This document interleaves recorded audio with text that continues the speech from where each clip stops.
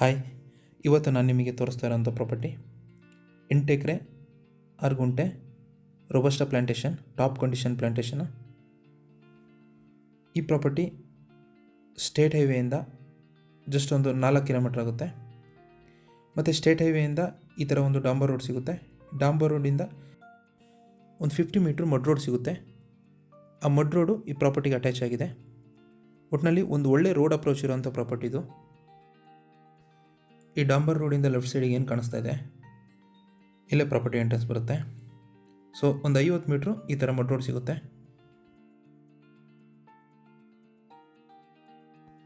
ಇದು property entrance ಬರುತ್ತೆ.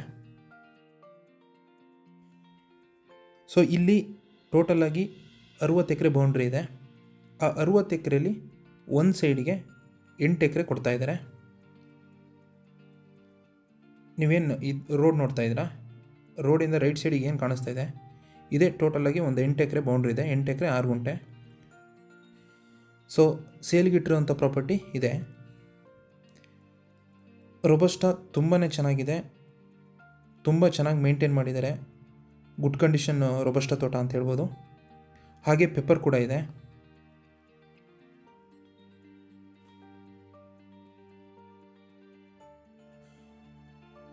ಈ ತೋಟದಲ್ಲಿ 1 ಎಕರೆಗೆ ಒಂದು ವರ್ಷಕ್ಕೆ 20ರಿಂದ 25 ಚೀಲ 30 ಚೀಲದವರೆಗೂ ಕಾಫಿ ಕುಯ್ತಾ ಇದ್ದಾರೆ ರೋಬಸ್ಟಾನ.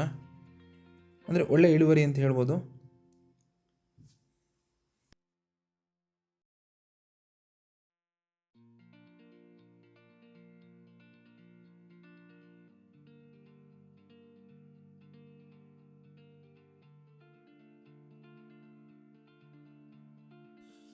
ಈ ಪ್ರಾಪರ್ಟಿ ಲೊಕೇಶನ್ ಬರೋದು ಚಿಕ್ಕಮಗಳೂರು ಡಿಸ್ಟಿಕ್ಕು, ಮೂಡಿಗೆರೆ ತಾಲೂಕು ಬರುತ್ತೆ. ಹಾಗೆಯೇ ಈ ಪ್ರಾಪರ್ಟಿಗೆ ಮೂಡಿಗೆರೆ ಒಂದು 7ರಿಂದ 8 ಕಿಲೋಮೀಟ್ರ್ ಡಿಸ್ಟೆನ್ಸ್ ಆಗುತ್ತೆ.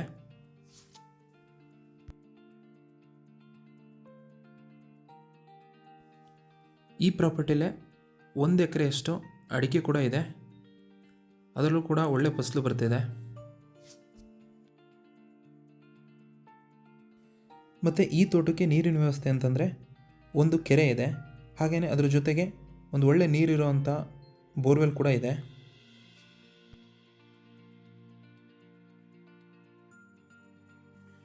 ಈ ಪ್ರಾಪರ್ಟಿ ಜನರಲ್ ಪ್ರಾಪರ್ಟಿ ಆಗಿದೆ. ಯಾವುದೇ ರೀತಿಯ ಲಿಟಿಗೇಷನ್ ಇಲ್ಲ. ಪರ್ಫೆಕ್ಟ್ ಡಾಕ್ಯುಮೆಂಟ್ ಇರುವಂಥ ಪ್ರಾಪರ್ಟಿದು.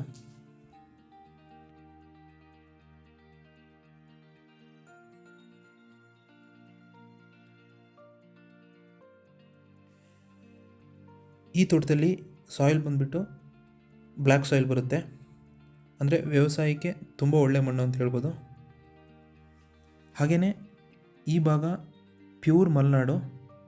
ಸೊ ಒಂದು ವರ್ಷಕ್ಕೆ ಇಲ್ಲಿ 120ರಿಂದ 150 ಇಂಚು ಮಳೆ ಆಗುತ್ತೆ.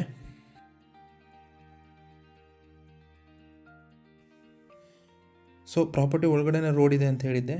ಇವಾಗೇನು ನಾನು ಮಾರ್ಕ್ ಮಾಡಿ ತೋರಿಸ್ತಾ ಇದ್ದೀನಿ, ಆ ರೈಟ್ ಸೈಡಿಗೆ ಕಾಣಿಸೋದು ಸೇಲ್ಗಿರೋವಂಥ ಪ್ರಾಪರ್ಟಿ.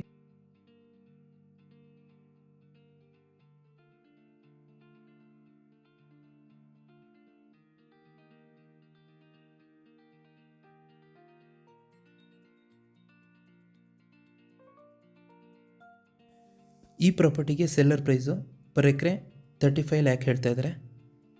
ಚಿಕ್ಕದಾಗಿ ನೆಗೋಷಿಯಬಲ್ ಆಗ್ಬೋದು.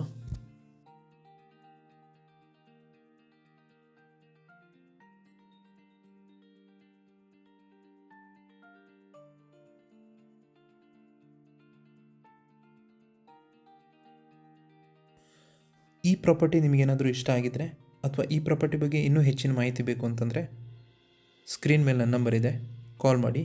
ಹಾಗೆ ನಮ್ಮ ಚಾನಲ್ನ ಸಬ್ಸ್ಕ್ರೈಬ್ ಮಾಡಿ ಅಂತ ಹೇಳ್ತಾ ಈ ವಿಡಿಯೋನ ಮುಗಿಸ್ತಾ ಇದ್ದೀನಿ. ಧನ್ಯವಾದಗಳು.